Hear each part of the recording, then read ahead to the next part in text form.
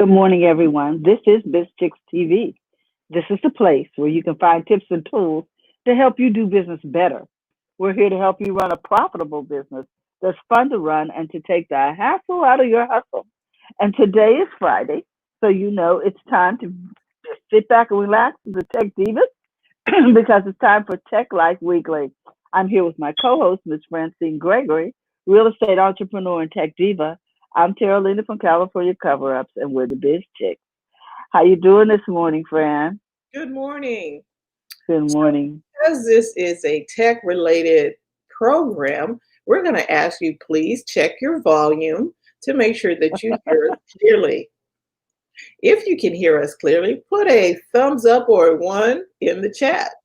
Hey, Christy, how you doing this morning? Hey, Chrissy, Man, it's good to see you. just make sure you can hear us, and if there's a challenge, let us know over in the chat so we can address that.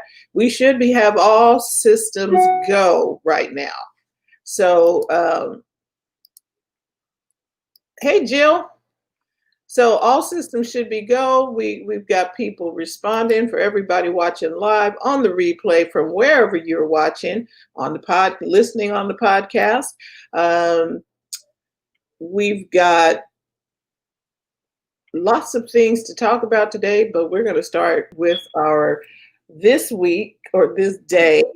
I say this week because there's a lot of stuff that happens over the week in tech history. So I'm going to start with there's three stories. Would you like to play a game? The science fiction film War Games is released June 3rd, 1983. Notable for bringing the hacking phenomena to the attention of the American public. It ignites a media sensation regarding the hacker subculture. The film's NORAD set is the most expensive ever built at the time and at a cost of $1 million. Not widely known is that the movie studio provided the film star Matthew Broderick with the arcade games Galaga and Galaxian so he could get firsthand experience before shooting the film's arcade scenes. Okay, that's just trivia stuff for gamers and hackers. June 4th, 1977, the VHS video cassette format is introduced as VidStar in North America. At a press conference before the Consumer Electronics Show starts in Chicago, VHS or Video Home System was based on an open standard developed by JVC in 1976. As compared to the Sony Betamax format, it would compete against. VHS allowed longer playtime, faster rewinding, and fast forwarding. Ooh, I remember that. You remember that? Not VHS, I'm just saying. Hey, TJ. Hello. Hey. City. VHS people. We're going to talk about some stuff today because Terry and I were talking about what we're going to talk about. We're going to talk about equipment. We're going to talk about hardware. We're going to talk about timing. And my last story, June 5th, 1977, the original Apple II computer goes on sale. The Apple II featured a 1 megahertz MOS 6502 processor, an integrated keyboard, a built-in basic program environment, expandable memory, 4K expandable to 48K, wow, a monitor capable of color graphics, a sound card, and 8 expansion slots. To include all these features in one discrete unit was highly innovative, and the reason it is considered the first practical personal computer. However, in the spirit of the original computer hacker, the Apple II was also available as a circuit board only, without keyboard, power supply, or case. A couple of years later, the combination of the Apple II and the first killer app of the business world, the VisiCalc spreadsheet program, the VisiCalc spreadsheet program popularizes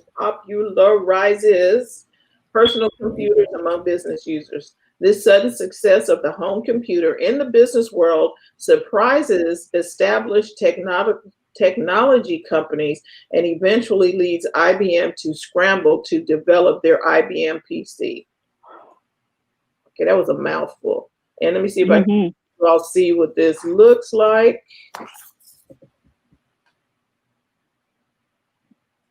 That was the first one in 1977. Wow. It doesn't seem that long ago that personal computers came out during 1977. Mm-hmm. And we're on iPads right now. We're on tablets. We're on everything. And we're just thinking we're just rocking and rolling and thinking this is all cool. Yeah. They didn't have this back before 77.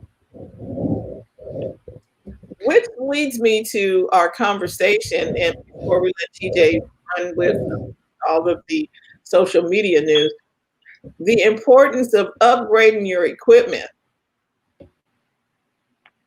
Mm-hmm. Well, we hear the birds chirping, something else.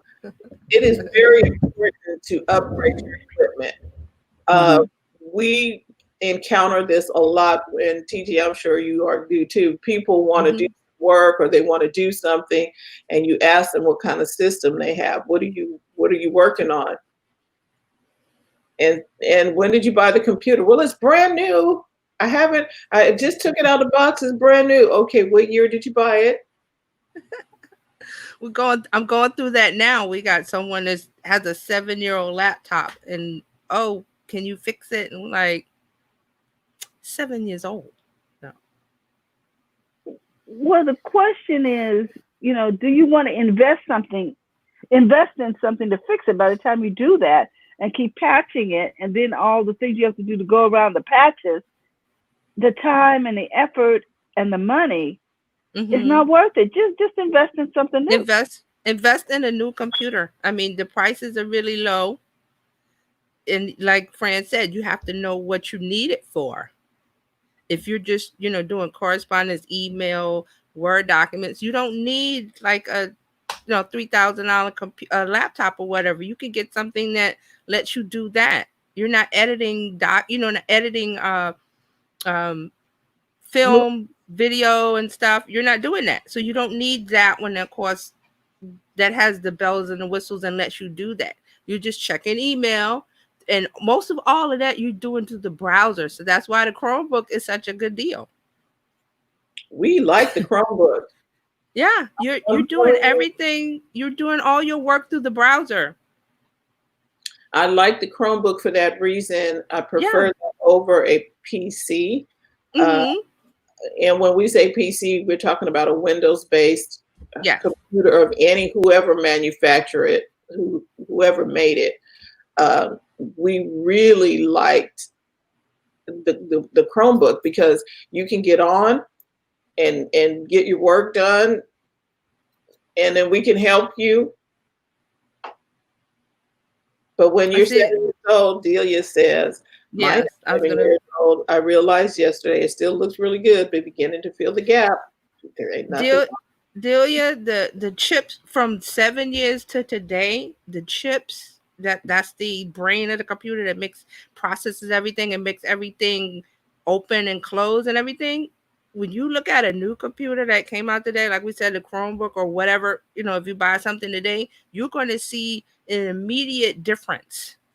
When you open programs and you open the browser and it's going to respond quicker than that 7-year-old computer that you have. Because that's old technology. Old. Right. Remember the 256? Yeah. My gosh. We thought we were flying on real. We was flying having the 256. Ooh, right now you click and you got to go make a cup of coffee, cook dinner, come back, and the program might open. It's just and that's another reason why Apple has a new phone, or Samsung has a new phone, because they upgrade the infrastructure, the microchip that runs everything. That's why they talk about specs, and people listen to that, because there is a difference in responsiveness between a 7-year-old computer and one you buy today, or a phone that's 2 or 3 years old versus the one you buy new today. Right. Mhm. Sharon has Mhm. comment. Go She ahead. said, I buy a computer. Where do I buy a Chromebook? Is it better than Apple? Okay, so we're all going to tell you it's not better than Apple. However, it is a smaller investment. And if you're just getting started, we highly recommend the Chromebook, because you're not going to have a lot of technical challenges that come with. It's like a car. When you buy a car, you go by budget and what you Mhm. want. I like that Same analogy. thing here. Everybody wants the Apple, but they are in the higher end of cost because they build their products to last, and you know what you're getting. Now, if you're not in the budget realm for an Apple, there are other alternatives. Just like when you're buying a car, I want a Bentley, a Rolls Royce. Well, if you don't have the budget for that, then you look at what's in your budget and you get the best buy you can within your budget. Okay. So that's Makes why we sense. talk about Chromebook, because it's like I said, if you're just checking email, you're writing documents, or correspondence or whatever, you're checking websites, Chromebook, because Mhm. all you need is a browser. Right. And the apps are on there, so there's no software that gets confused and then It gets updated, right? It gets updated. It's in the cloud. You can go to any computer and log in as your account, your Gmail account, and you're in. right. And I'm going to answer Sharon's the other part of Sharon's question. Where do you buy it? You can buy it at Best Buy. I'm just going to tell you they're going to try and sell you other stuff to go on it, and you probably need to call us before you go to the store. And I say that to all my clients who are just getting into tech. Call me, because they will try to sell you the moon. In addition to, you don't need a bunch of other stuff that they're going to try and sell you. Yeah, it's just the same as buying a car. Like, if you need something simple, then you go with what? A Kia, Toyota, Honda, something like that. You go simple. You don't go, well, I'm going to get the Mercedes. I mean, it's nice, but does that fit in your budget? That's another part of it. Delia What you want. It's major slow. Thanks for the advice. And then she says the issue is when you used to upgrade a laptop, it always looked better, more attractive, smaller, slicker. Now it has evened out visually, so it's harder for non-techies to see the need. Yes. Yes. Yeah. And Sharon, I'm telling you, don't go to the store alone. Please, because they will upsell you and confuse you. And a lot of times the salespeople don't know the difference. They will sell you what they have at home because they're familiar with it. Yeah. And they're familiar with it. So they know how to demonstrate it, but they may not know how to demonstrate other products. So Terry, to TJ's point, they do get commission. And on the other end of it, when you go in there, the people in the blue shirts don't know how to run a Mac, a lot of them. And so Mac, you can buy a Mac or buy an Apple product in Best Buy, but the people selling it don't necessarily know. Okay. Do you understand that they don't necessarily know how to run a Mac? They don't necessarily know how to run a Chromebook or whatever. They're just salespeople who are showing up to work for their 9 to 5, trying to sell you something. Right. You need to go in with some information going in the door. Yes. Knowing what you want before you get in the door. Exactly.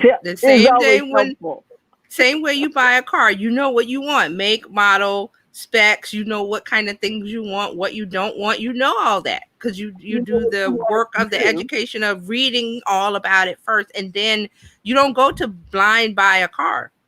Never. Mm-hmm. So same thing. Mm-mm. And if you're going to do a test drive, you may not want to buy on the same day. I'm just test driving, and you can go in and I don't know if they let you test drive now with the whole C19. I think they do. They open up. Well, the stores are curbside. I think most of the best stores are curbside, so you can't. Yeah, the Apple I know is curbside too, so you're not just walking up in there buying stuff. Yeah, you're not walking. No. But yeah, so you do your research. You know how you'll study them shoes or that line. You'll be looking at it, turning it around. What does it do? What doesn't it not do? You do all of that before you store, before you order it. Right. And it's no longer about the look or the style of it. Like I forgot who said that. That is mostly about right now. It's about the microprocessor, how the speed is, how everything is responsive. So that's why you always want to get the newest one that you can, or you can get refurb, but that's a whole nother situation. I don't want to push anybody into that, but that's always available because that's, you're looking at your budget and you know exactly what you want. So it's with refurb. It's like buying the, what are they called? Used car, buying a used. Yeah, but there's one that's been rated by the company that. The certified ones are and you buy that from the manufacturer. You don't buy refurb from somebody else. Right. And see, that's an option, but see, that's for people who have done the homework and studied and looked at the specs and know exactly what they want, and they're trying to get the best price. That's not for someone that I don't know anything. Then I wouldn't say do that. No. I would say what Fran was saying earlier. Chromebook is a friend if you're on a budget. I'm just saying it works. And if it's doing something simple, like TJ mentioned, get the Chromebook. Yeah, you browse in, you're checking your email. You can you need to create a document, Google Docs. You need to do a spreadsheet, Google spreadsheet. It's all there. Right. I think that also. Good morning, by the way. How you doing, Dr. Tashi? Good to have you in the house. Thank you.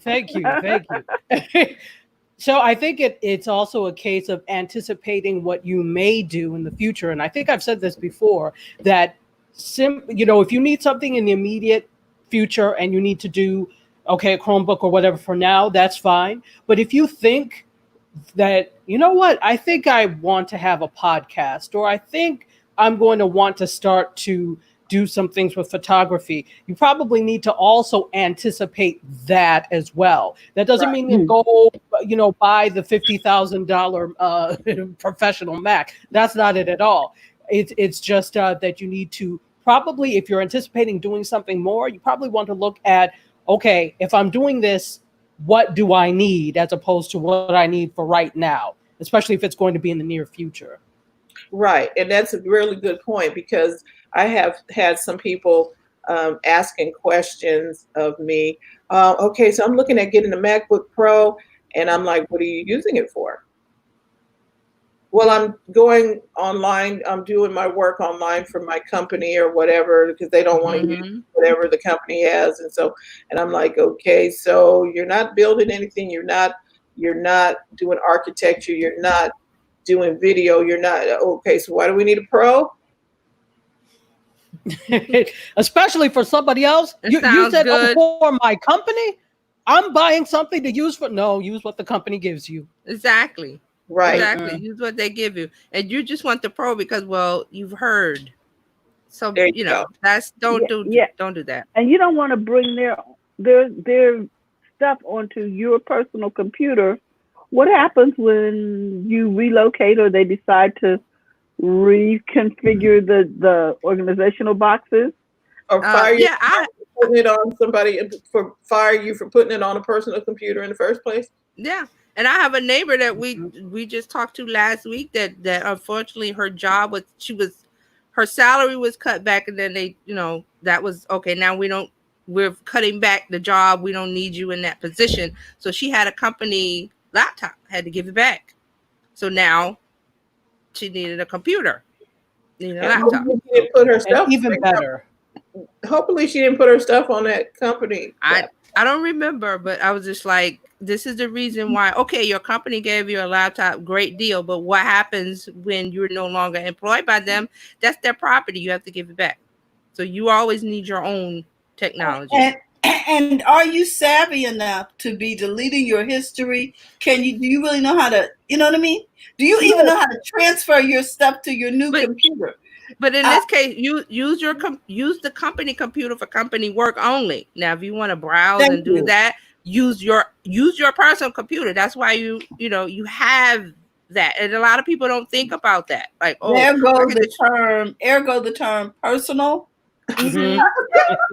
Yeah, they're not thinking, oh, what happens when I not working with this job? They're gonna want it's their property. They pay for it. Give it back. Doesn't matter how old it is. Think of it as business casual versus uniform. When you are on the computer, you are in their uniform and you're representing them. It's their property. That's right. It's their property. Yes. And and that's fine. The only thing is, so the iPad, or the only, I think, outside of that, the iPad that I got when I was working at the university, my former university, they bought us iPads because they kind of knew they weren't upgrading the technology in our department the way they should have. And so, because, when you're so used to not getting whatever, the dean was like, so would anybody like an iPad? We're like, oh yeah, iPad, you didn't get us. Wait, you're for real? Because we weren't used to getting anything. So we're like, you for real bought us iPads? What? And they unveiled a whole thing of iPad. This was back in 2012, and so except we said nothing for a minute because we were shocked. That's what you're used to sometimes. As faculty at universities, they don't have the budgets that these corporate entities have. Right. So we're already, if you're not science and technology, they're already slow to update things. So they got that as an extra, and they wanted us to form kind of like work groups. I don't know who did. I tried, but the rest of them didn't. But I didn't have to give it back when I was leaving. I mean, first of all, that technology gets so old so quickly that, like now that iPad, it was from 2012. I left in 2015. I can't update it anymore. So it's now stuck on operating system 9. So they don't want that back. But, there are certain times where you get to keep some of the technology, like smaller devices that they're not necessarily asking for back, because those things get updated so frequently. So they let you keep your BlackBerry? No. Oh, yeah, you can have the BlackBerry. What was the other one? That was similar to BlackBerry? The flip phone? I don't know. Well, the PDAs. The PDAs. Yes. Yeah, like the Sony Clio. Exactly. They're like, oh no, you have. In fact, we have more. You want another one? Those types of things. Yeah. So they let us keep the iPads. And BlackBerry did not keep up. No. And they were. Oh my God! I am livid with BlackBerry. How dare you have an opportunity and waste it? That bothers me when people do that. Yeah. You had the market cornered. You should have come out with that first smartphone. I mean, because a BlackBerry, for all intents and purposes, was not really a smartphone. You could do something, but it wasn't. I mean, to connect, I had a BlackBerry. I then paid for the extra plan to connect to the internet. It was deplorable. Terrible. Because it wasn't meant for that, but they could have taken that and soared. They thought they were in a class by themselves, and they did nothing. They don't have to do anything. There you go. And they sold it to our government. Oh, well, that's the end of that. And I'm like, what? Because they came out with the Pearl, the one that was cute, but you still couldn't do anything. And you tried. Oh my gosh. No. So what the moral of the story today is: upgrade your stuff if you need to. Yes. There are affordable options for you. Okay. Yeah. And you can do this. You can do this. You can still be relevant online, because there are so many things out there, but you just want to be, like we said, don't do it alone. Ask some questions, do your homework before you go out there. Yeah, and it's easy. It's easy to find the information. There's lots of articles. You can go to CNET. CNET is always doing comparison reviews of products, so you can pretty much trust them, and they will, explain things a little bit. Right. That's a good place to start. So now, say 33. What's happening in the world of social media, TJ? Well, there's a lot. We're gonna stay on the. Well, this is one thing I want to mention about Snapchat. We never really hear about that, but the Snapchat CEO has sided with Twitter against what's going on with the administration by not putting that message that they're putting out. They're not putting it in the Discover tab, so it's not discoverable. So they're on the side of Twitter, where Facebook is on the side of, we're going to let everything that's said stay up, which is, dividing their employees in Facebook. So Snapchat is on the Snapchat and Twitter on this side of, we're censoring, we're not showing, and Facebook is on the other side of, we're gonna just let it stay up. Okay, so here, can I say this? Because there were people who were here a couple of weeks ago talking about censorship. It's not censorship when you own the stuff. It's your stuff. Yeah. It's the CEO of Snapchat saying, we're not going to show this administration's messages in the Discover tab. And Discover tab, when you go on Snapchat, is the public viewing area where brands and businesses and corporations and newspapers put their information that they want people to see. And so all three of these companies that we're talking about, we don't have any say so because they own it all. Okay, but owns it. This, we do have power.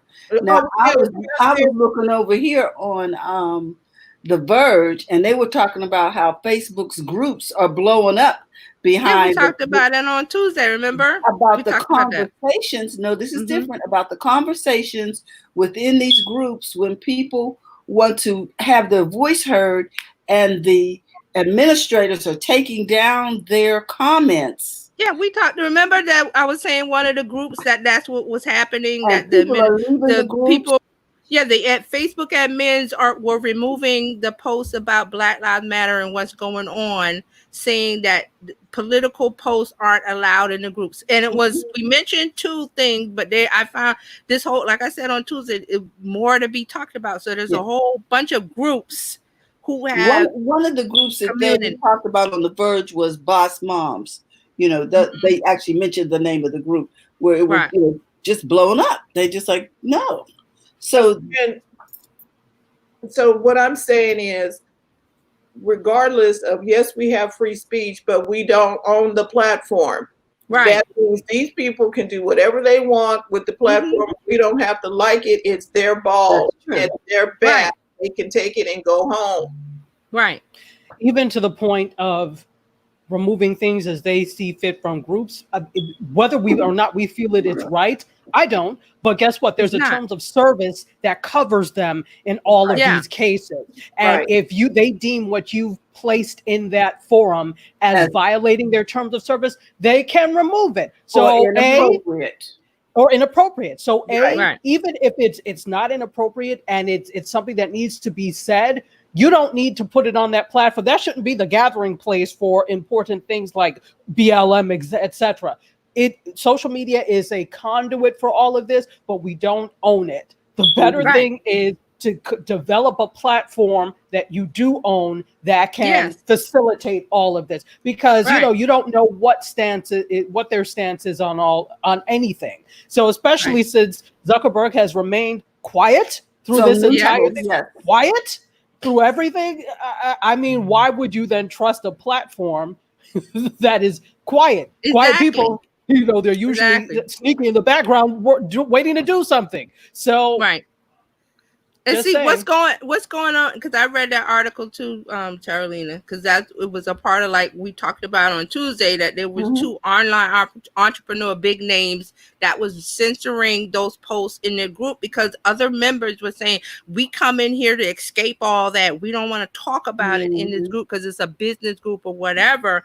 But it's like you said, the Facebook admin has a right to set the rules and delete posts. But here's another thing: who are you serving? Like I said, what's your audience? Are you listening to them? So if a section of your audience in that group who have bought your, and these are people that have bought their products like thousands of dollars. So I'm in the Exactly. group and I want to make my voice heard as far as what are you doing business wise to show diversity, that kind of conversation. And you delete the post and say, well, we don't allow that in here because members are complaining. It's like, what do you do? Like Dr. Taji said, you have to go and make your own group because Or make they're a not going to decision allow whether it. to remain. You have options. What do you want to do?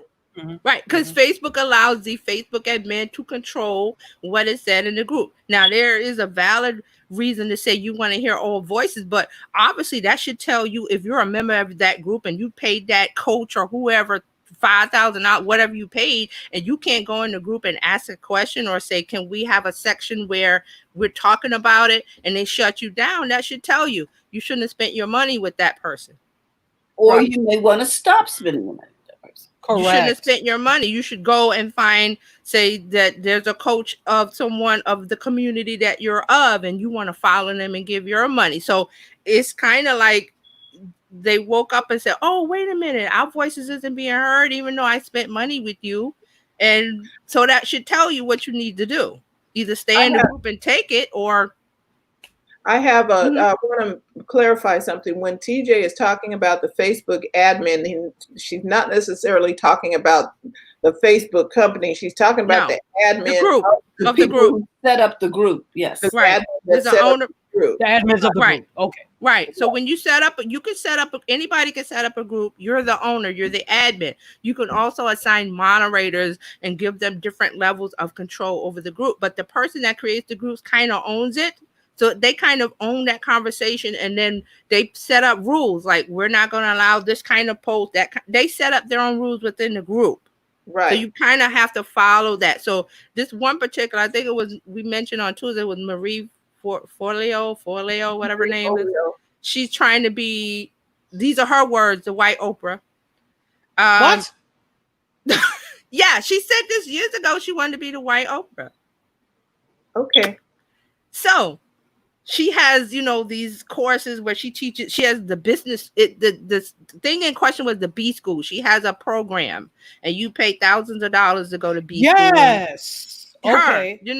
Okay. Okay. So this is the deal. So she has a group for the B School. So when you pay your money and you buy her program and learn what she's teaching, you get to be a part of the group to have conversations about the B School. But because we on Tuesday we talked about this, that is so much feeling and anger and unrest and things that people want to talk about it, even though it's not a group about a political, talking about it.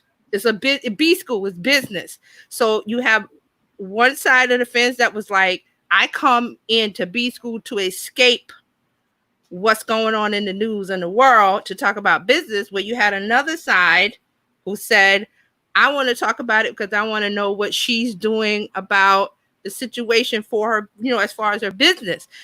What happened is, it was over the weekend.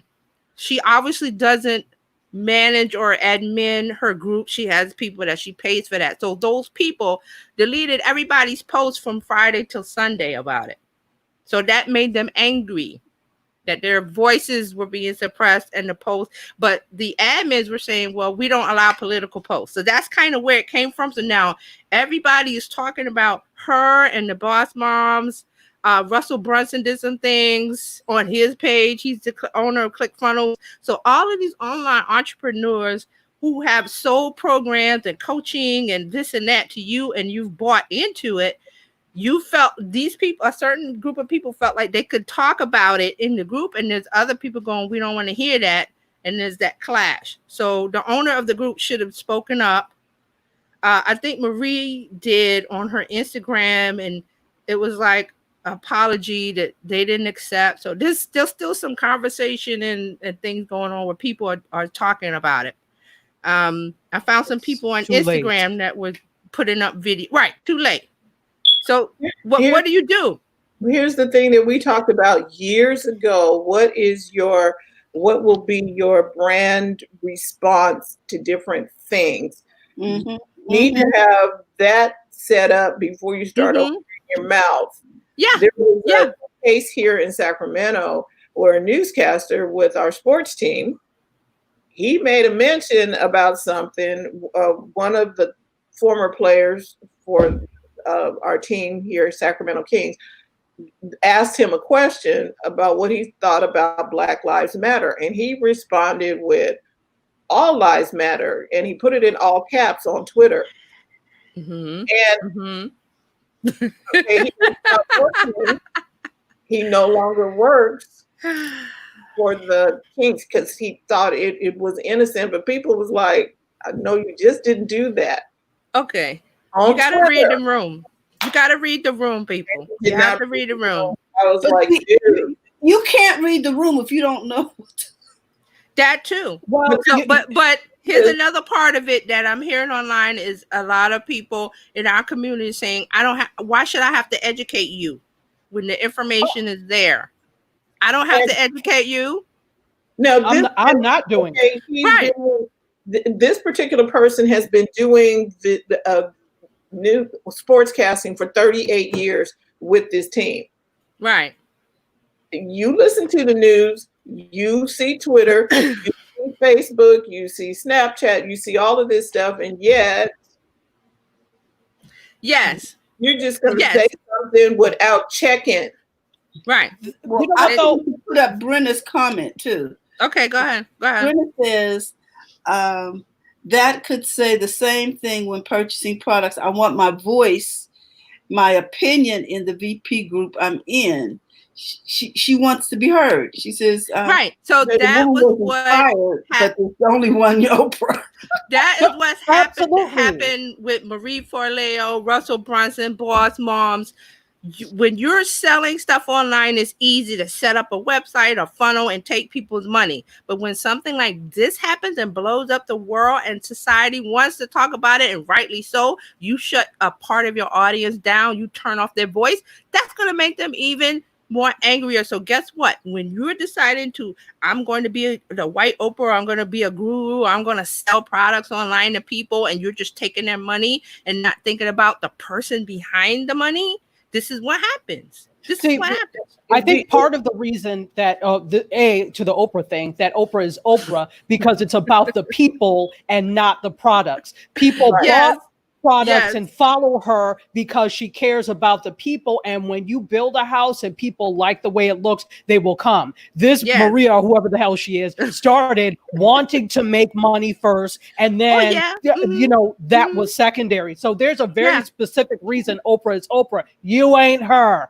That's one. It's about the message, right? It's about the message. And then number two, I think as consumers and media consumers or whatever, you have to be media literate. You have to be consumer literate.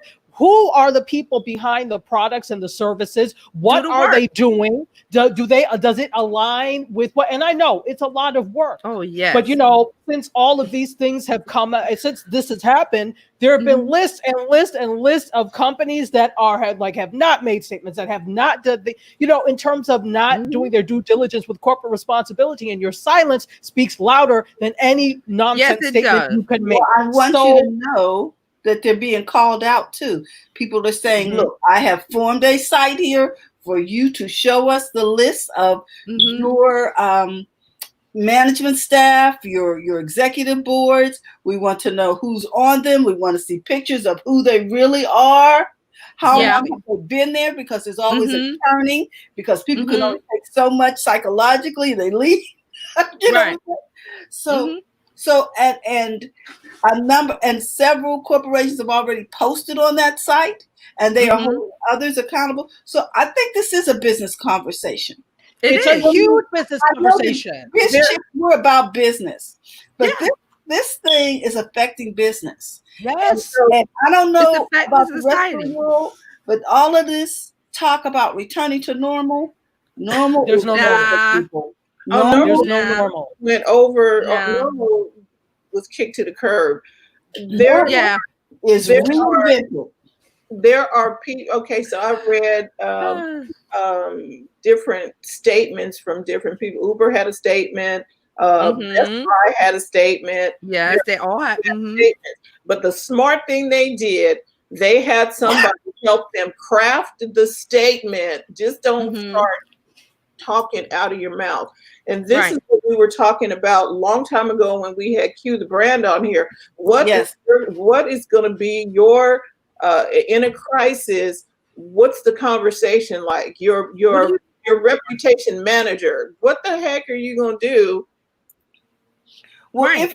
if you're when you set your brand up and you decide what your values are, your values will align with what you really want to support. And so you don't have to change your values. You just need to know that your customers are aligning their values with companies that Right. align with their values. Right. And I mean, to think about it, take That's like, okay, and you have to be clear and transparent with what your values are, definitely. Whether you like what their values are or not. Okay, so Chick-fil-A, they lots of contention when it comes to certain groups.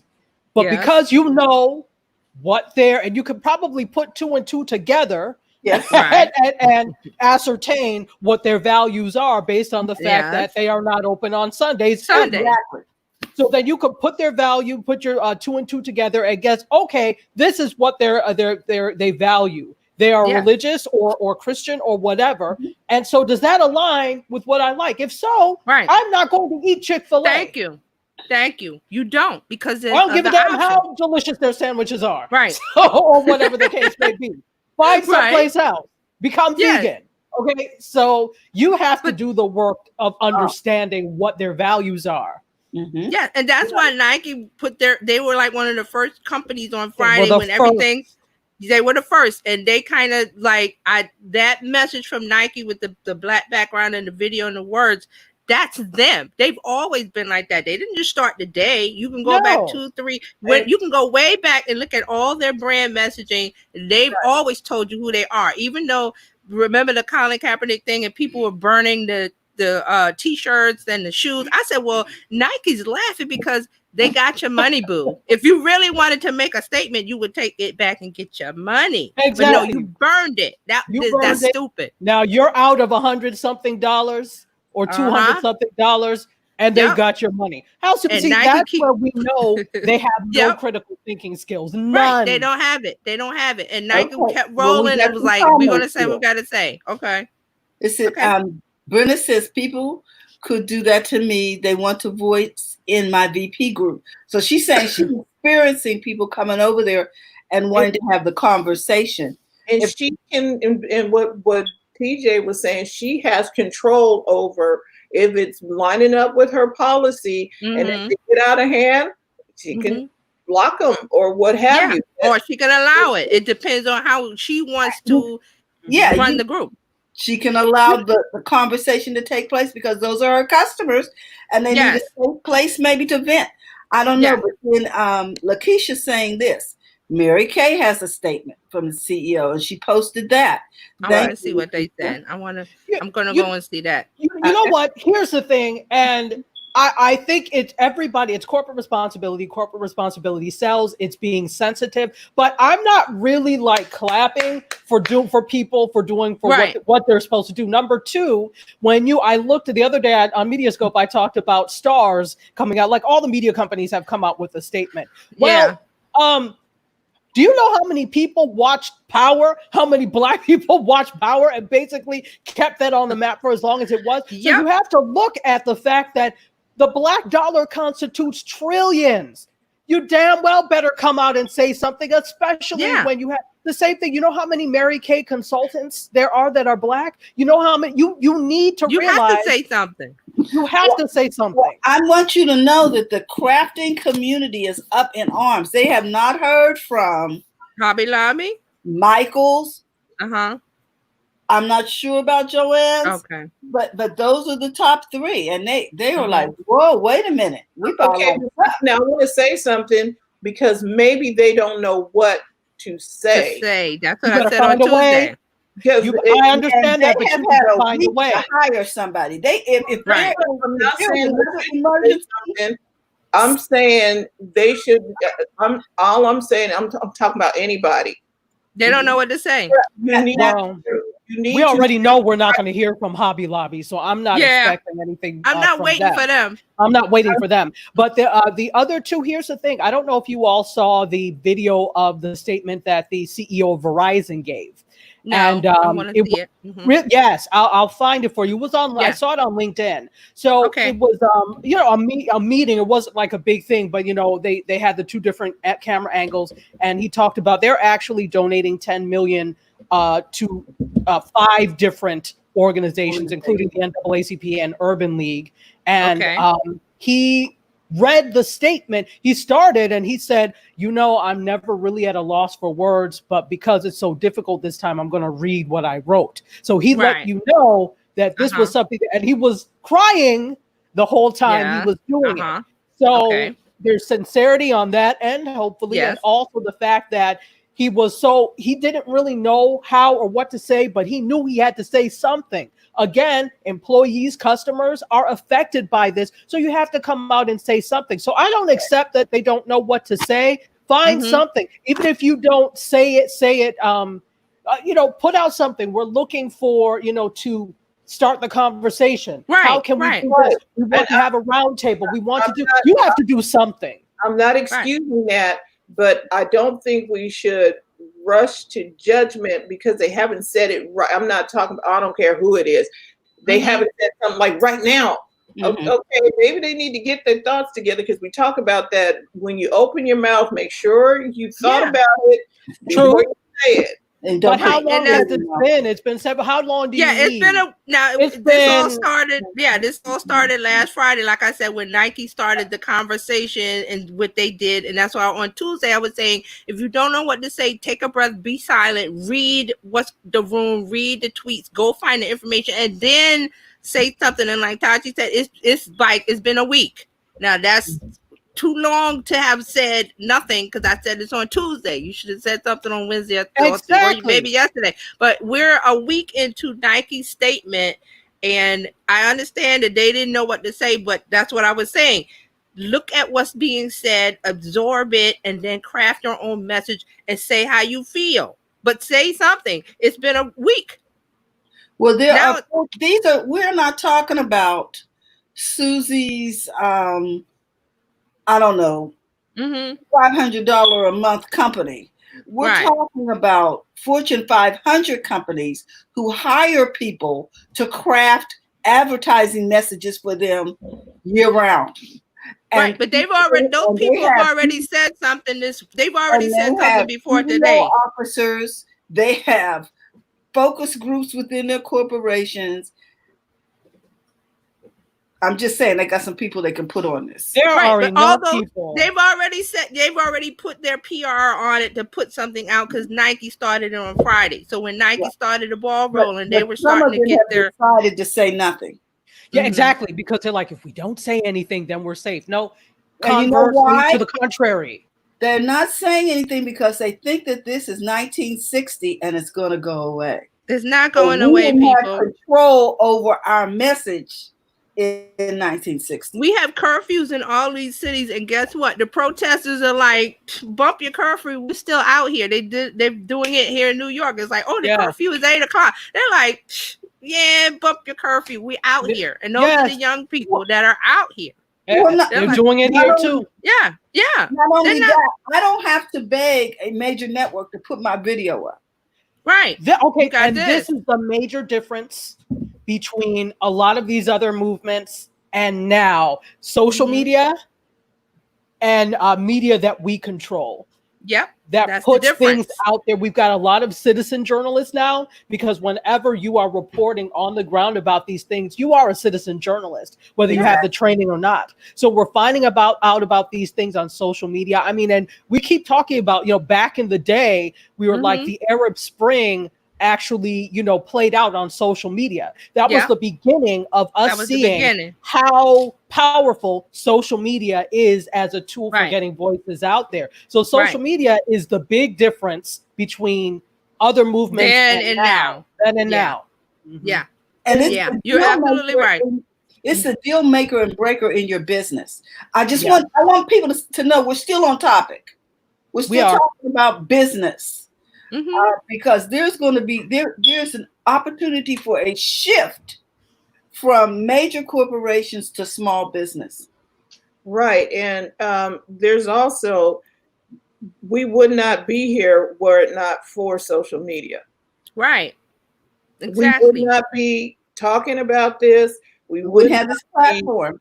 We wouldn't. No, I'm not even talking about I'm talking about we would not have known Mhm. what went on Mhm. without social media. Mhm. A lot of people that are jumping on like I had no idea is because they actually saw it played out on social media. I see what Right. you're saying. It Yeah. didn't play out on the news. It didn't play out on mainstream media. It was on Twitter. It was on Instagram. It And was we on are- everywhere. Social We media. are watching the young man die on social media. Mm-hmm. Now, Because a teenager did that. Yeah. because you cannot roll that back and like, oh, we didn't see that. No, you saw it, and that's why everybody is appalled. Yeah. They And all saw. we saw Aubrey. They Mhm. saw they saw. So now there is no question. You're seeing it. So before it was like, did we really go to the moon? Exactly. Yeah. Oh, we didn't see it on social media. Therefore, it doesn't exist. Right. Right. I don't know. I mean, I like what I'm seeing when back to what Dr. Tachi was saying about the corporations saying something up. Some of them are just putting stuff up and as lip service, that's what I call it. But they've been called out by other people and saying, what are you doing? Are you giving money? Are you giving the opportunity for a person of color or someone from the Black community or whatever to have a seat at the table of your business, to participate, to have an opportunity? So they're calling the companies out, the corporations out, because you can't just put up a message. Like, remember Pepsi did the thing with what's the Kardashian girl with the cops and the Pepsi and everything was solved. Yeah, Kendall Jenner. Everything was solved when Kendall came up and gave them a Pepsi. Isn't the world wonderful? Remember that? And there was outrage about that, remember? But that's how they think. They have. Well, the interesting thing is that we haven't come that far in terms of advertising. That, I mean, every year, when the class that I teach, I always ask, it's a media class, and I always ask the students to post examples of commercials where they missed the mark. That one comes up a lot. That's that's on the top. That's the top 3. But you would think that in advertising that we have come a little bit, but every year there's another offensive. I'm like, are you really this deaf? That's because, and I've been on the other side of that table, that's because there are no one in the making the decision that look like us. I'm telling you, I've seen it. Absolutely. They lack diversity. Why you need perspective? It's like, how are you going to, if you don't have somebody going to the moon and Mars again, that been to the moon and Mars, how are you going to just go there and you don't know? You don't have anybody in the room with that experience. They're not there. I'm telling you, I've seen it. Years. But you want to speak for that person. There's no one. There's not even one. You want to speak, you want your product or your service to speak to that person, but you never ask them what they want. And that's why things are happening now. We're waking up to that fact that, like I said, they in the comments, what are you doing? Do you have how many people of color? How many Black people? Do you have them on your board? Are they in the executive room? Are they making decisions? Are you helping out entrepreneurs, Black entrepreneurs or whatever? They're asking the questions now, because you can't just put out a statement as the corporation said, we stand in solidarity with. That's lip service. What are you doing? We want to see the action part of it. and that's where they're Oh, falling short. what about the Heineken commercial? Is The that Heineken commercial. I don't know what that was about, but Is it recent, Brenna, or one of the older the ones? 'Cause link? I remember Heineken did something. Heineken had something a few years ago. Mm-hmm. So let us know. Is it recent or an older one? And I think Dr. Tachi, because I'm calling on you because of your media knowledge.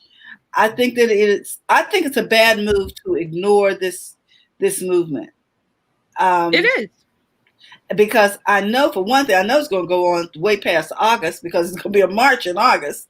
And then we've got Juneteenth. We've got, all these things going on. And we've got the blackout. Can you speak to the blackout? So you mean the which black? There have been a couple of ones where you're talking about. Because I'm talking about the one on the 7th. But okay. There's one on July 7th, Mm-hmm. which is different from the one on Tuesday. The one on Tuesday. Okay, so I don't know a whole lot about the one that's happening on July 7th. Who is spearheading that one? I'm not sure. I'm just okay. How about, let's start with, what is it? It's an economic boycott. Okay, the economic boycott. Okay. Calling for people to. July 7th is the date? I believe it. Well, I know there's something going on June 7th. Is that correct? June 7th. No.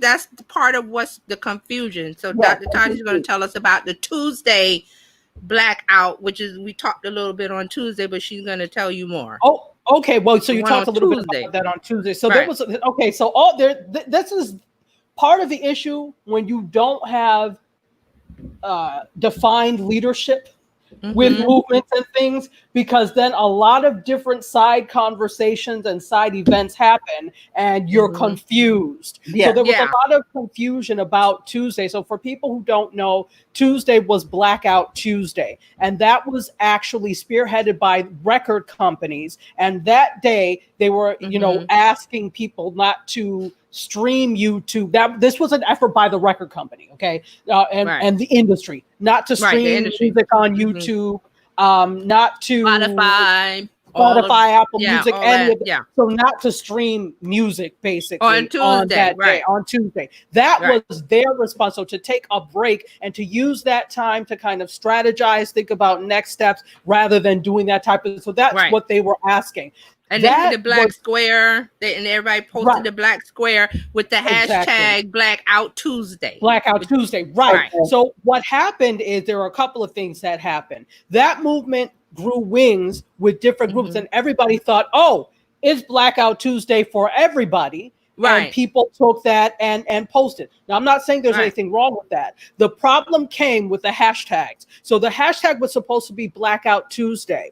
A lot of people ended up using BLM or Black Lives Matter as a hashtag. And when you do that, when you go to look at it, the index, all you see is black squares. And what they were saying is that was squashing critical information that needed to get out about the BLM movement and information about this. Because they were sharing information that people needed to know about the Black Lives Matter movement using the hashtag. But the Blackout Tuesday, which was, like Taji said, came out of the music industry doing something, it got mixed up. So that's what she was saying about when there's no clearly defined organization of it. That's what happened. So but it was quickly squashed because people were going on saying don't use Black Lives Matter, use Blackout Tuesday. To delete that post, and then you can repost it using that. And then so now we got an economic blackout. I think it's for July 7th. I have to check. I think that's what the date is, that they're wanting everyone to not spend on that day.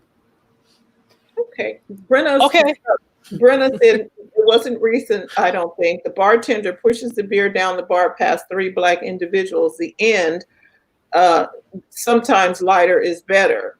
I know many. I think I remember something about that. And here, I understand that the problem is that the boardrooms and the decision makers don't reflect a diverse population. They don't. However, that always puts the onus on us to have the conversation, make the change, and educate. And I'm not doing it anymore. The Right. same Google I have to use to pull up facts and figures is the same damn Google according to you. And that's why my mantra is Google it, witch, because I'm not doing it for you. Right. I'm tired of doing that. And I think we are tired of doing that. So just because you don't have somebody diverse, did you consult with somebody before you did that? Did you look up things? No, you just went into your own mediocrity and frankly laziness and did not do the work. This happens because you don't do the work. I'm not going to blame us for not being there. There are multitudes of reasons we're not there, on all sides. But so I'm not blaming us. I'm blaming you for not doing your due diligence and doing the work. Right. Exactly. I'm sorry. Well, I don't have man better. Having done EEO for a Fortune 500 company in the 70s, I got a lot of stories. And I'm just I bet you do. All I got to say is, I mean, and this is, I said like Tuesday we talked about it because I saw the inkling of things last weekend, and then it's really full fire now with these online entrepreneurs like Marie Forleo, what have you name their name, and Russell Brunson, and people that are selling you stuff online for your business. And then when something like this happens in society, because we want to talk about it, and then they say it has nothing to do with business, that's not true. Okay. That's why I said on Tuesday. That's what I said on Tuesday. Is it business as usual? Question mark. Because it's not. Read the room. See what's happening. Like Dr. Taji said, do the work. Go to Google and find out yourself. Now, there are some helpful people on it. I've seen it on Instagram and Twitter who say, oh, you want to learn more? Here's some links. Those people are helpful. They can do that. That's fine. But others, like, we don't want to do the work because we're not your teacher. It's there for you to grab. That did a broadcast to educate Drew Brees. I wanted to bring him up. No, the black guy who responded to him. Oh, yes. Okay, so here's the thing: if you're not you follow football, anything. Drew Brees, quarterback of the New Orleans Saints. He went on and I know this because I watched Yahoo Finance. I love watching it. So he went on Yahoo Finance, and the journalist asked him a question about the NFL commissioner, Roger Goodell.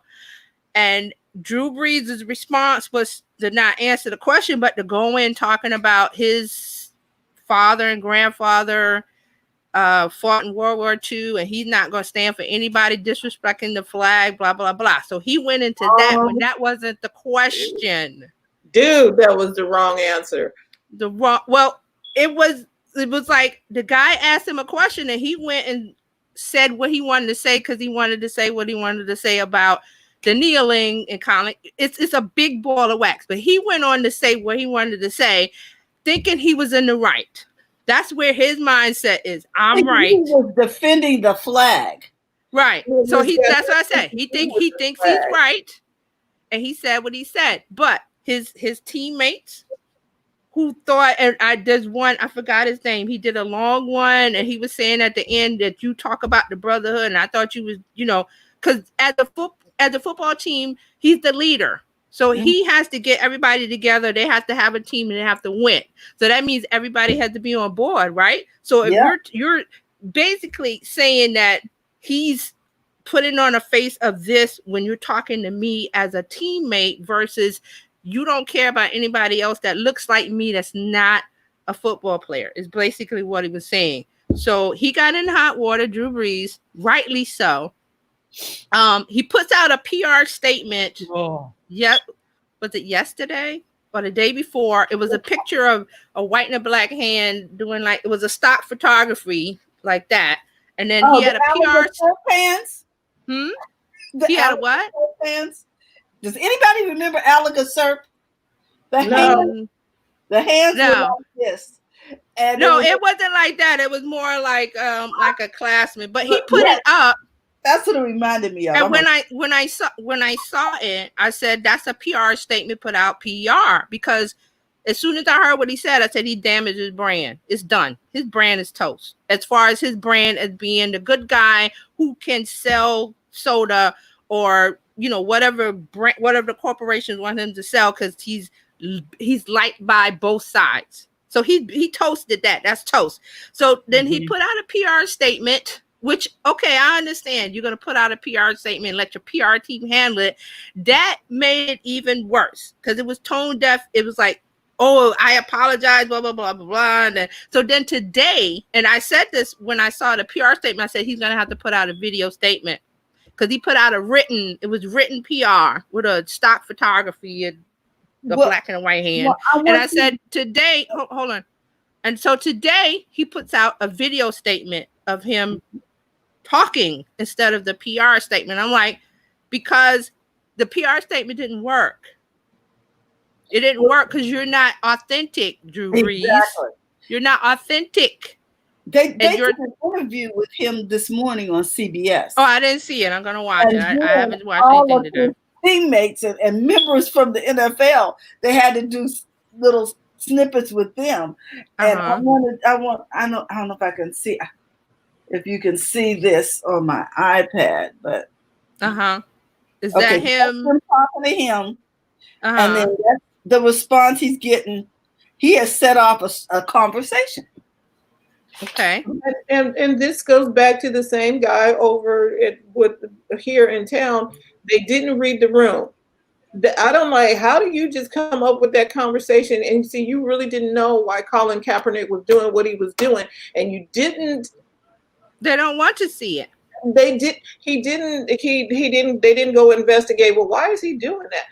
Most people, when something is going on, you're gonna go down, dig a little deeper. Why is he really doing that? He's not just being disrespectful to the flag, or he's not just being it's a reason behind it.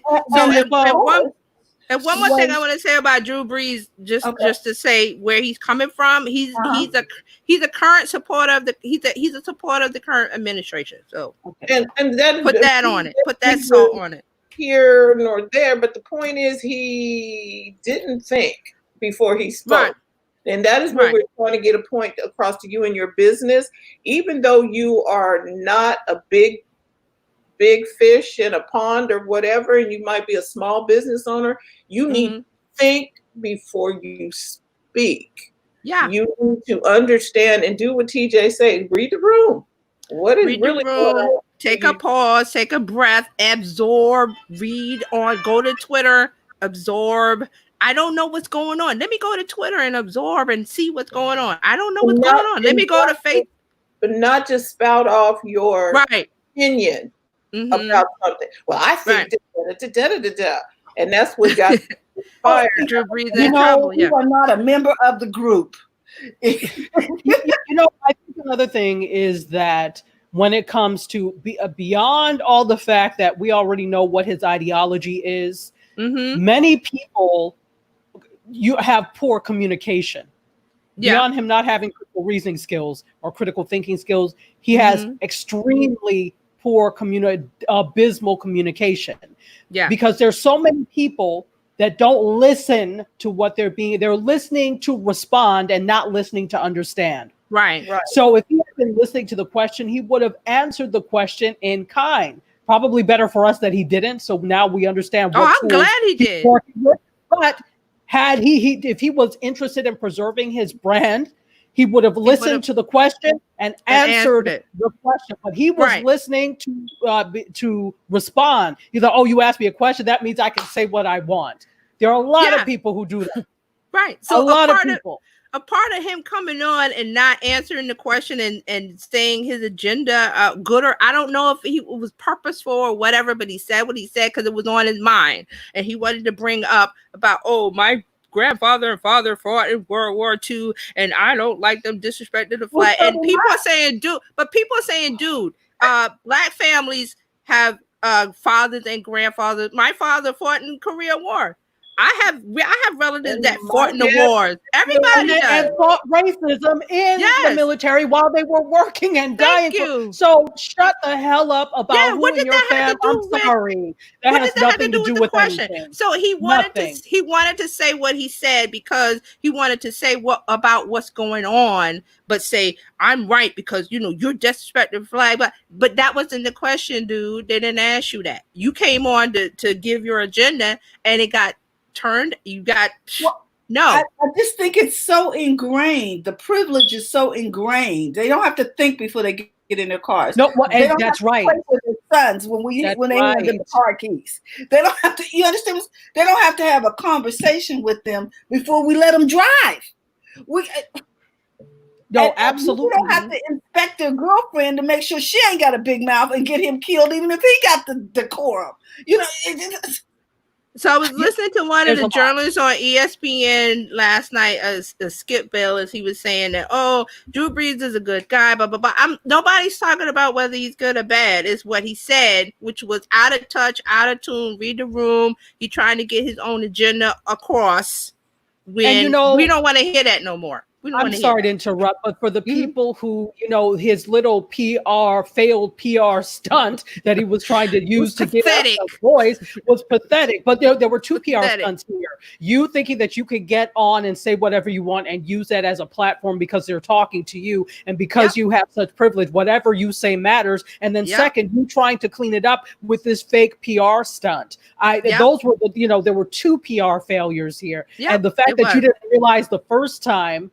Yeah, and this is the interesting thing, that when you say things like you said, what you all said, you have to take the time and think and strategize and plan before you open your mouth and say anything. But here's the thing. Whenever they say these things, I've never seen anybody say, I said what I said. They all retract and you're a coward. Because every single one of them are cowards because you're money is involved. Thank you. And that's what I said. As soon as I heard what I said, oh, his brand is toast. And here comes the PR cleanup from his people saying, abort. Here's the PR. We stand with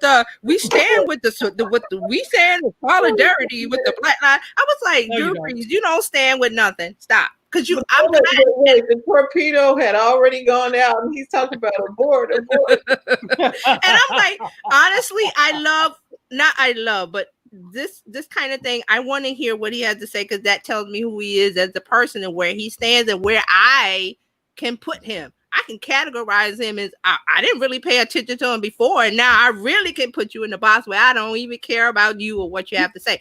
But what I feel bad about, and I watched his teammates, his Black teammates, these are his co-workers, that he put on a face to them and told, like, he said, oh, you said you was part of the brotherhood, and to find the hurt in this one man's face, his teammate, that I thought we was right. Because that's the broken trust of, you really feel opposite. You really feel about this that way, and you're not seeing what's going on. Like, things are burning, and you're going, everything's okay. We're going to get back to normal. Why don't you guys be quiet? No. And see, I don't know if normal was really good for us. No, that's the thing. Normal for everybody else is always dysfunctional for us. So for us to be quiet. Right. It was for us to be quiet. Well, and so the thing, the other part of this here, in terms of looking at this from PR and media connection, he's one small part of it. Has the NFL come out and said anything? I'm not sure. Okay, that's the bigger problem. It's not even this Drew Sleaze or whatever the hell his name is. Drew Sleaze. The bigger problem is that he works for an organization that will come out and say nothing. And this has always been forever, but we saw it even more loudly, if that makes sense, when Colin Kaepernick was kneeling. We saw it even more. So they've come out and said nothing. And the fines. And okay, so here's what's happening with the NFL. This is just my opinion, but the NFL can't say anything right now because they were saying so much stuff before. Kaepernick was doing what he was doing, trying to get the point across, and now they're going like, "Oh, we get it." We say do they get it though? Do they get it? I don't think they do. Also realize the NFL is an organization that wants to make money, and they're not making money. So they're feeling the pinch of they're not making money, and that's their focus. That's why Drew Brees had the PR. What they get. Yes, I agree. But what I'm saying, that's why I said when I saw that thing on it's on his Instagram with the black and the white hand and the whole silly statement, I was like, he didn't write that. Because they're trying to protect his brand, which is money. Okay. But they have no money right now because nobody's playing football. Right. That's what I'm saying. Nobody has anything. They're not making money. And okay, hopefully they saved some and everybody had an alternative stream of income because you are not playing football right now. Did the NFL put something on their Instagram? Did it put a black square up? No. No, you know good and damn well. That's Come why on I'm now. We laughing. know this. We know them. We 'Cause know they them. Oh my God. Hypocrisy. So that's why they're not saying anything. But Drew Brees comes on and they ask him a question, and then he says, "Well, you know what?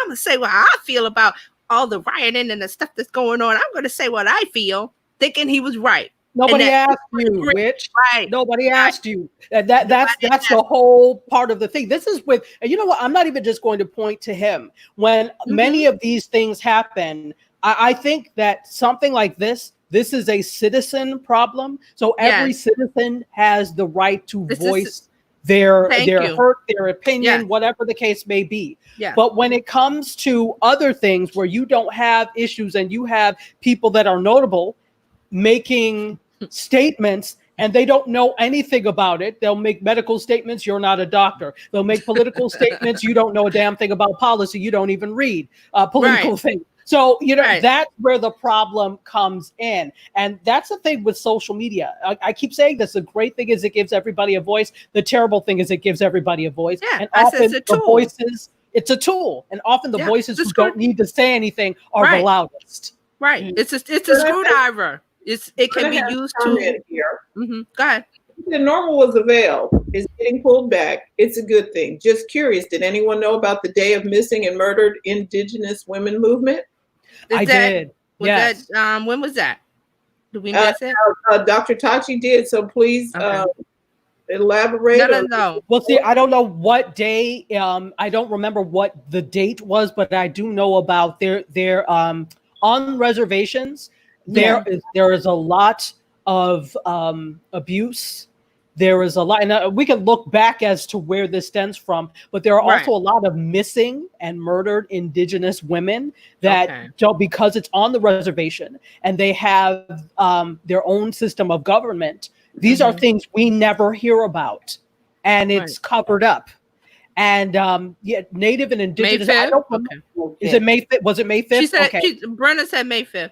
Okay, because I didn't remember what day. So this is it's a huge problem, but it's a problem that's almost silent because again, it happens on the reservation. They have their own system of government, and we may not hear about it. So anytime you hear about first of all, that's a whole other thing in terms of the media and who gets highlighted in terms of who is missing. That's a different thing. So when we talk about Indigenous women, it's even less because of the fact that it's on the reservation and because of the fact that they're also an underrepresented group. Right. So it's hidden from us. Yeah. It's hidden. It's huge. It's huge. And I don't think that we realize, and some of us don't want to realize. Okay. I love that you said that because I want to say about being online, social media, and I don't watch the news. I mean, I watch a little bit, but I know some people that will keep the news on all day, every day. Don't do that because you're not going to get the full picture. That's why we have social media. Go to Twitter and read what's going on. You have to pick, you have to read between the lines. There's a lot of bullying and hate and stuff like that, but there's also good information for you to know what's going on right now and to keep that in your mind. So I'm pretty sure the Day of Missing and Murdered Indigenous Women, that would have been on Twitter. Small voice, yes, but it's there. Versus not even being talked about on mainstream media. Exactly. And if you think about it, even though social media is a huge force, sometimes there's a top-down effect with social media that the things that are being talked about on social media are reflected from what the larger linear media is talking about. See, this is what I learned when I took journalism and broadcast. Dr. Touch, you can let me know if I'm off track. They're gatekeepers. Absolutely. Yes, absolutely. The producers decide what the story is for the night. The gatekeepers are the ones who, if they got a certain bent a certain way, that story is going the way of the so you're the production or you're the director or news director. So the news director says, oh, we're going to go left with this, or we're going to go right, or we're going to go do whatever, because the news director's mindset is already that way. So now the news is going to go like this. Yes. And So that's it's even down to what stories are selected. So there is a right. morning meeting and an afternoon meeting in a newsroom. And what happens is the assignment desk assigns which photographer, who's the camera person, and which reporter goes out to cover a story. So when you're sitting in the morning or the afternoon meetings, they can't cover everything, but they're the Nope. ones who determine what we see on the morning, evening, and afternoon news. There are other Yes. things that have happened in the community, but Yes. they're going to select what seems to be the most newsworthy, right? If it comes between this and this, it's going to be that, because you only have a certain amount of airspace. And the big thing is advertising pays for the news. Yes. If they don't have good ratings, you're not going to have advertisers. This is why Right. you often have such sensationalism. You heard it here first. They have to be the Yeah. first rather Yeah. than being right. They Coming up often at have to be the 11. first. Coming up at 11, and they give you that tea. And I you- was like, no. I don't watch a whole lot of news, but today I'm listening because my husband was watching something, and so they were going to tell you this news story, and it was like clips. I'm already understanding. You don't get the whole story. You get a clip, and then there Right. was like a slew of commercials, and I'm like, hold on a minute. There wasn't even a news story. It wasn't, okay, this happened and this and this and this, and then we go to commercial. It was a clip. But this is why you have commercials. This is why you have what is the organization? The Young Turks, Dr. Tyler? Yeah. Am I Yeah. wrong? That's Young why Turks. you have organizations like that they're on YouTube, they're on Facebook, they're on Twitter, they're online, where they are telling the story that you're not going to get when you're watching mainstream media. Right. So that's what I'm saying. You have to do the work. Like Dr. Ty, I love that. You have to do the work of finding the news where it is up to the minute on Twitter. It's unfiltered. It's not going to be filtered like they just said with the news. They sanitize it and wrap it the way that they want you to see it. It's unfiltered on Twitter. So you're going to have to do the work of filtering and going, is this a credible source or not? But you can pick up the little pieces and follow it and get an overview of, okay, this is what is going on with Black Twitter. This is going on with this group. This is going on with that group. The indigenous missing women. That was May 5th. There would have been something on Twitter about it, is what I'm saying. Is the information is there. We got to hunt and peck and do the work and find it. Don't just accept what the mainstream media gives you online, because we got a whole world of news now. Absolutely. Find it for yourself. Brenda makes a really excellent point about immersing. She says immersing yourself in the light and the plight of other minorities, not just our own. There are so many stories that shouldn't get airtime. Oh, sorry, go ahead. Like how to mix drinks or some dumb thing, and that exactly, and that again, whoever the owner is of the news outlet determines the news that we see. I remember very well that I think this was last year or 2 years ago. Of course, they did it as a tease. There was a hole. This like what's falling in this hole? Find out after that. I'm like, well, what the hell is in the hole? A horse had fallen in the hole in Davie, and I said, this is breaking news. A horse fell into a hole. Are you bloody joking me? So, I'm like, is it a slow news day? I know there's something else out there that you can talk about. That's what they want to show you. That's what the horse fell into the hole. A horse. Yeah. So break away from the lure of that news and go, there's the Young Turks, there's now this, there's Occupy, there's, I forgot what, Occupy something, there's Al Jazeera. I will go to Al Jazeera website and look for stuff. Versus BBC News. You need to not bounce around. Pick something. Yeah, pick one that you're going to follow. Yeah, because you're going to be confused. All them voices, that's civil. Well, here's the thing. I'm sorry. Talking to you is not good.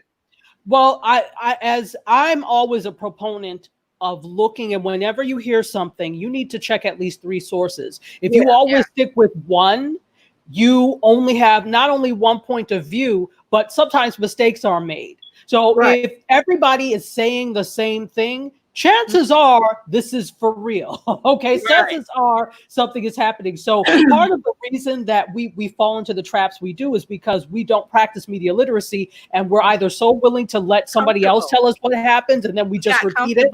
and Right. it's a rumor, or we just look at one thing halfway and it's like, oh, okay, that's what happened. We don't do the work in terms Yes, of really do the understanding work. what happens. We don't, Do the because it work. takes a lot of time, and most Mhm. people think they don't have the time to do it. But I'm like, you find time to do other things, find time to be informed.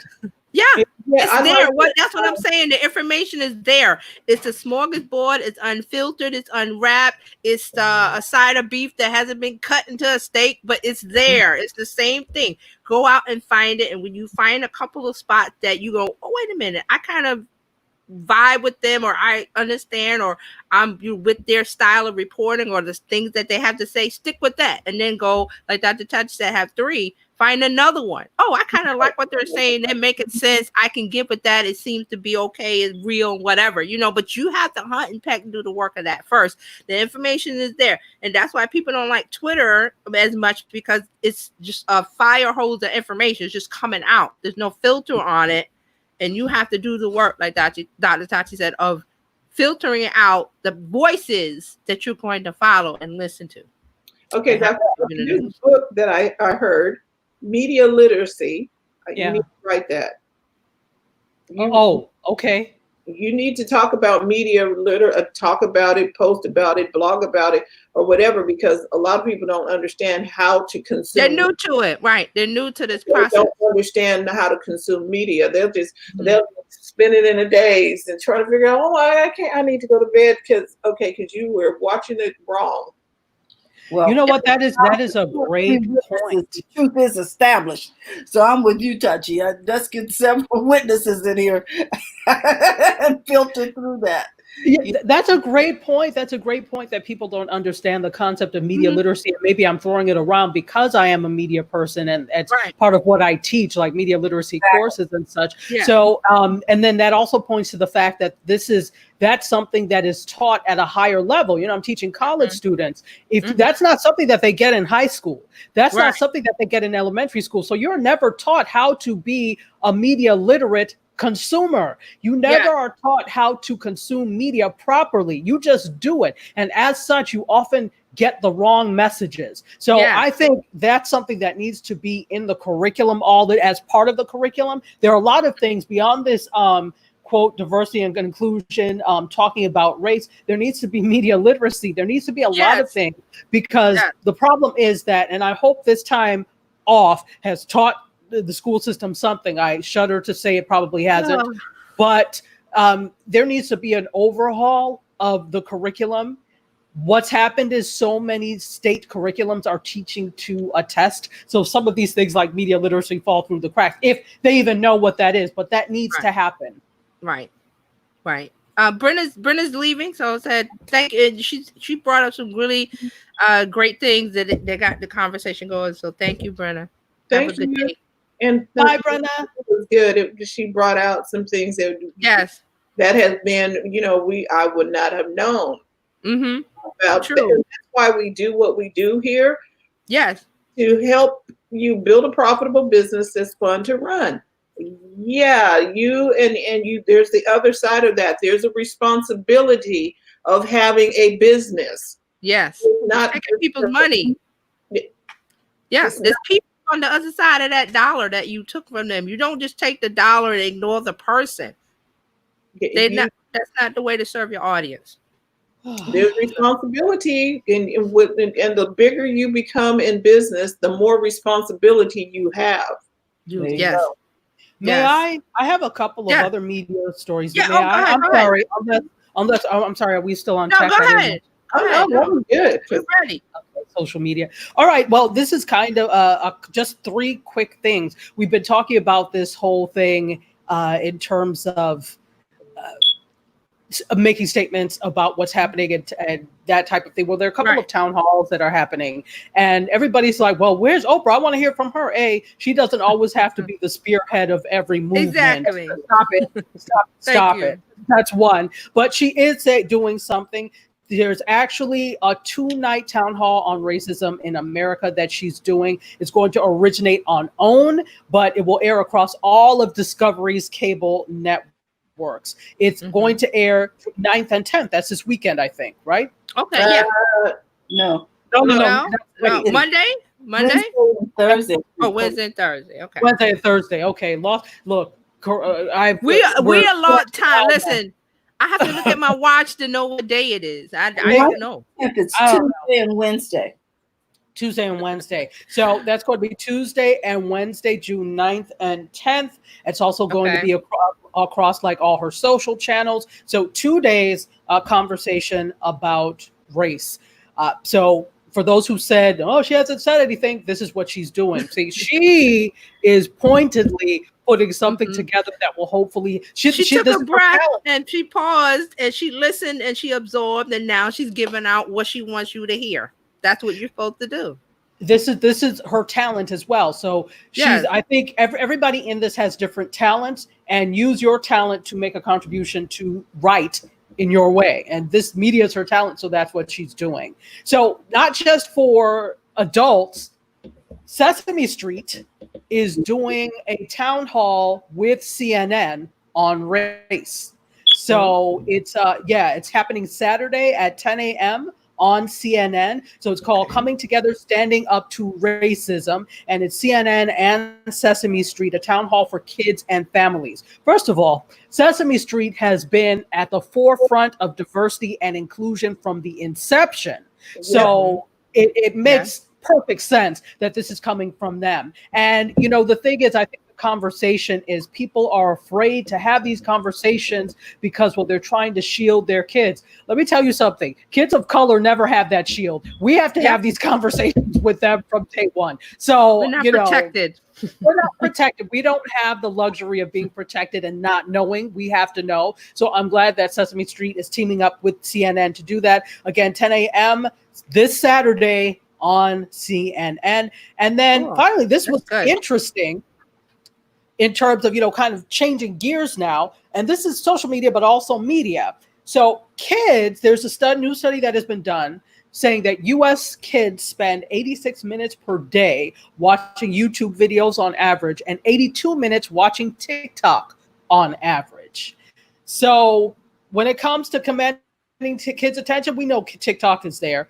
They just hit 2 billion downloads worldwide, in case you didn't know. And it's nipping at YouTube's heels. So while YouTube used to be the primary source of this, as you can see, TikTok is creeping up there. So this actually was done, the study was done from a parental software control company called Custodio. I think that's how you say it. And this is according to TubeFilter. So kids in the US between the ages of 4 and 14 now spend 86 minutes a day, if not more, but this is on average 86 minutes a day watching TikTok videos. Wow. So yeah, that's almost 2 hours a day, you know. And TikTok, well, I'm going to go there. You can go there. This I'll say that they took down the posts. What happened? And it is their platform. They took down a number of the Black Lives Matter posts. They really did. Oh, there was an article about it, but that I don't. So we need to have the conversation. You need to have the conversation. Is this someplace that you're going to continue to support when there are so many creators, Black creators and creators of color on there? Yes. You're spending their time. You're making money for them because you're putting your content on there for free. Are you going to continue to support somebody who doesn't support you, though? That's why you have to be media literate. These are the conversations you have to have, and this is the work you have to do. It's needed. Yep. And because somebody at TikTok is gonna make a big mistake. Yep. They're gonna stop. Look, TikTok, and there's another app that's like that called Triller. I don't know if you guys know about Triller, but Triller is basically like TikTok. Not as many people on there, but people who are on TikTok are also basically on Triller as well. When you do ish like this, when you propagate nonsense like that, perfect time for any of these other apps that are similar to come out and rise up. So just saying, the opportunity is there, folks. Just because TikTok is the popular thing now, that doesn't guarantee anything. There's always room for you if you've got a voice and a message. Yeah, there's room for you. On Variety, it says TikTok blames technical glitch for suppressing view counts on hashtag Black Lives Matter. Nope. Hashtag George Floyd videos. Lies. said it's a technical glitch, y'all. Okay. Live. Temporarily appeared. All righty. Videos using these hashtags had 0 views, and the short form video company vowed to do better in representing and supporting Black creators. All But if right, nobody had TikTok. said anything, if a tree falls in the forest, does it make a sound? Like You I wouldn't said, have Dan. done anything. You wouldn't have done Like anything. I said, they're the popular thing now. But there's a lot of things that were popular that are no longer around. There's a shift going on, people. There So is. And you don't want to be on the wrong side of the ship. no, Absolutely. no. Woo. But that was great. That was It was great. That Thank you for those was a stories. full show. And we want to thank you all for tuning in live and on the replay. Yes, this is not a comfortable subject, but it has to be had. And- Yes. Business has to reflect society. I'm sorry, but if you're a business owner, it has to reflect society. You don't live in a silo, in a bubble outside of society. Exactly. Now, especially when you get fried at Fry's, Fran. Yeah, we did get fried at Fry's, and I'm like, oh my God. People will call you out. Yeah, and you have a responsibility. If you have a business, you have a responsibility. You do. You just can't I'm just gonna be in business and talk about you and your money.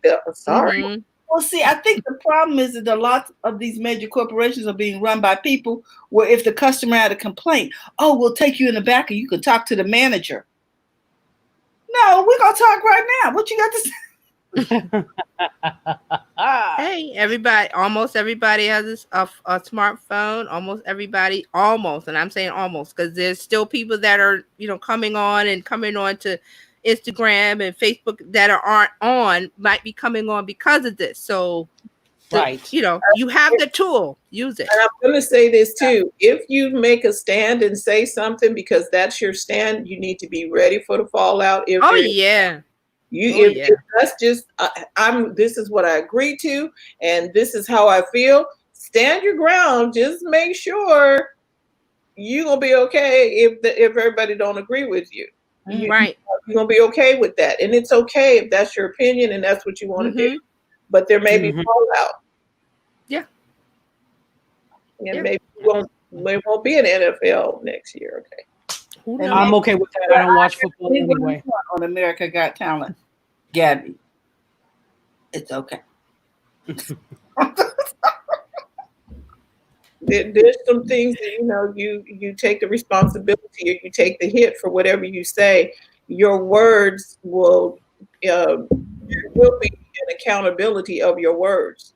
Drew Brees, Brad Napier, and other people who opened their mouth and said something, and now you're giving an account of what you just said. From the frying pan into the fire, into the inferno, Drew Brees and others. Bankruptcy. Okay. Because we're talking business now. Yeah. So, you're basically putting your money where your mouth is. Exactly. Because you have to remember, see, I'm the senior person on this show. And I just want to say that it was the Birmingham bus boycott that made people decide we could ride anywhere we wanted on the bus because they wasn't making no money and they had to shut that puppy down. Okay. There you go. We are the major consumer in America. Yeah. And we can shut it down. Yeah, that's what's happening. Please don't forget that. Yeah. Don't forget. Wow. Okay. Oh, well. So. Oh, well, it's been real late. Yeah. It's been a week. It's been a show. I like at the conversation, and it wasn't all and angry. Yeah. Oh. It wasn't.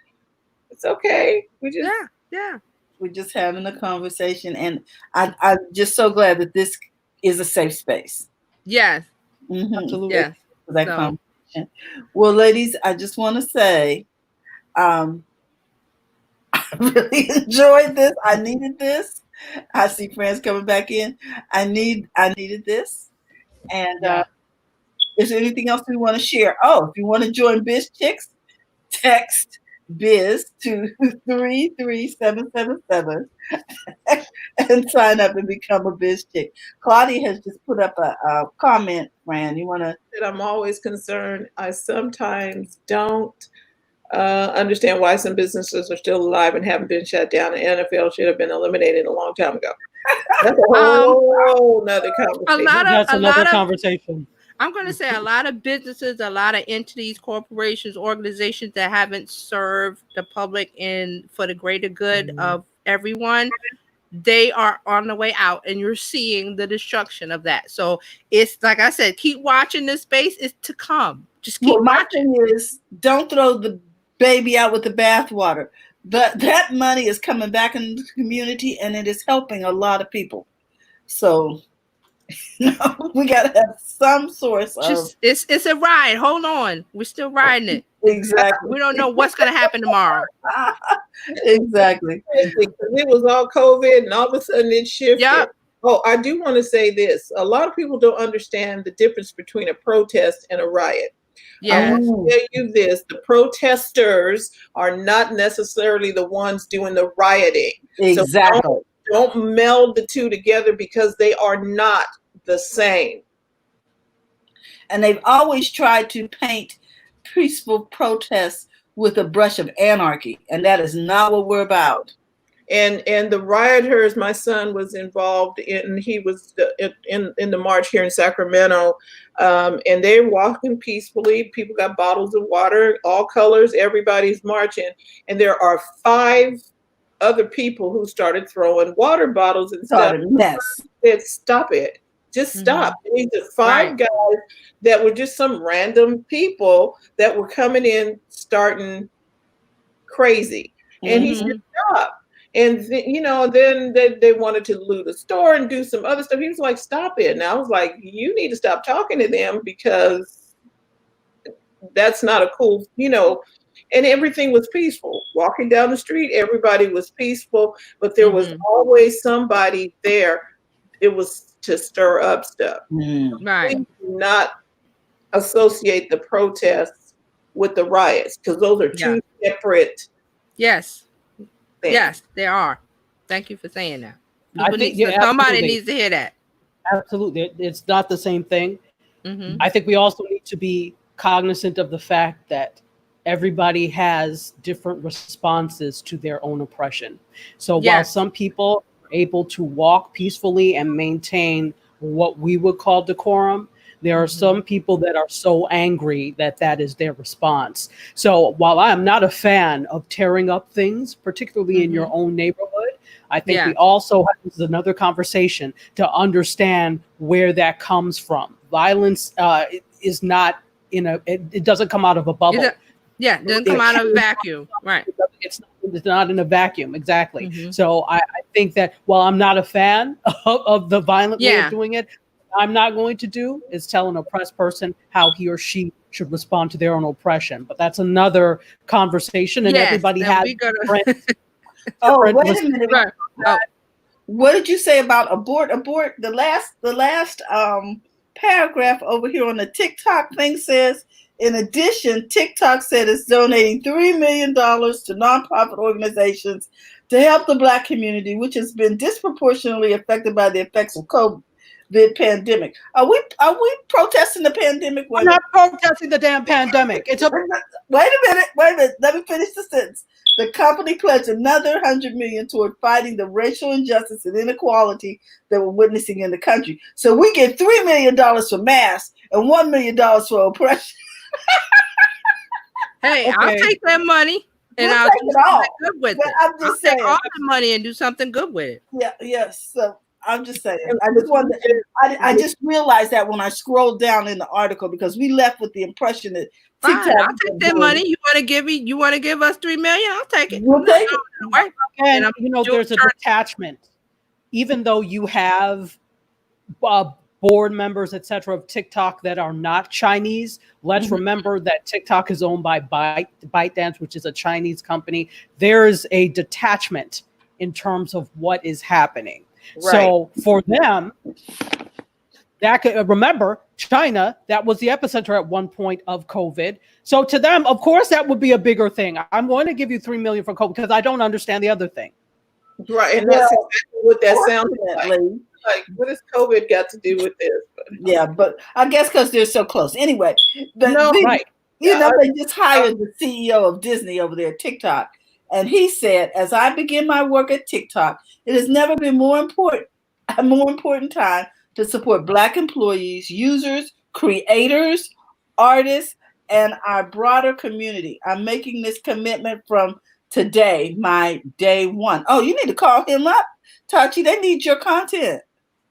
They really do. You need because it's day one with him, so he walked into a whole from Disney. You walked into this, which is yeah. super diverse. Well, yeah, he walked in from the fairies and the people singing and the birds and everything, and walked straight into It's Watches TikTok. it so much. All right, I'm gonna get off here because I keep bringing up stuff. I'm sorry, guys. No, that's all right. That's all right. timing is everything. Oh my God, Goodness. Lord But- have mercy.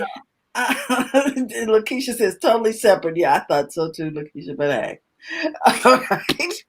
With that, I Thank just want you. to remind everybody. Don't forget. Come back. We really do talk business and things We to help really do. We really do. your business, and you need to know what's happening. You really need to go. I wanted to run something by you, ladies.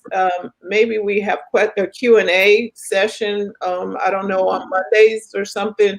I'm toying with the idea of our coffee, tea, and conversations, opening it up for questions or something. I don't know. Mm-hmm. Oh, that's neat. It's a good idea. That sounds interesting. Yeah. Yep. We can invite some of these other groups in to have the conversation, Mhm. which will be a little more diverse, ladies. Better to shake things up than to be shook up. That's right. That's True. right. That's right. It's All nice right. to know who's coming to dinner. So, so with that, I just want to say, guys, it's been real. I know we've kept you. We love you.